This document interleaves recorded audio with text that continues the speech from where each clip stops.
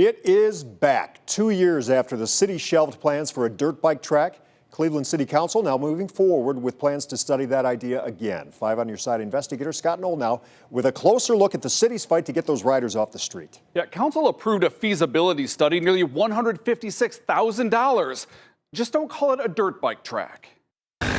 When all that's old is new again. Is this piece of legislation what we used to refer to as the dirt bike track? I don't ever remember a piece of legislation being called a dirt bike track. Okay, Mr. President, to the director, do you remember conversations regarding a dirt bike track at Marion Motley Field?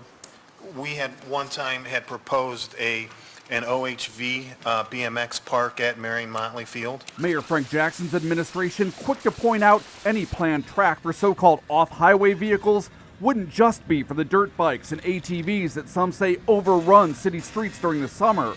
Plans are for bike trails, too.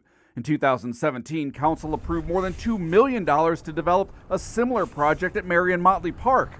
That came months after the mayor's grandson was busted by police riding an unlicensed dirt bike through the streets.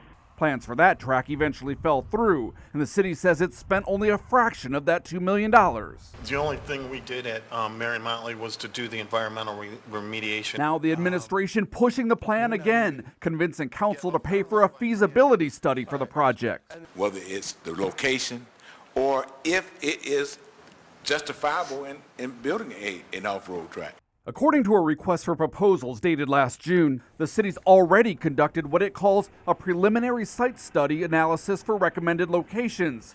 We requested that study from the city, but haven't received it yet.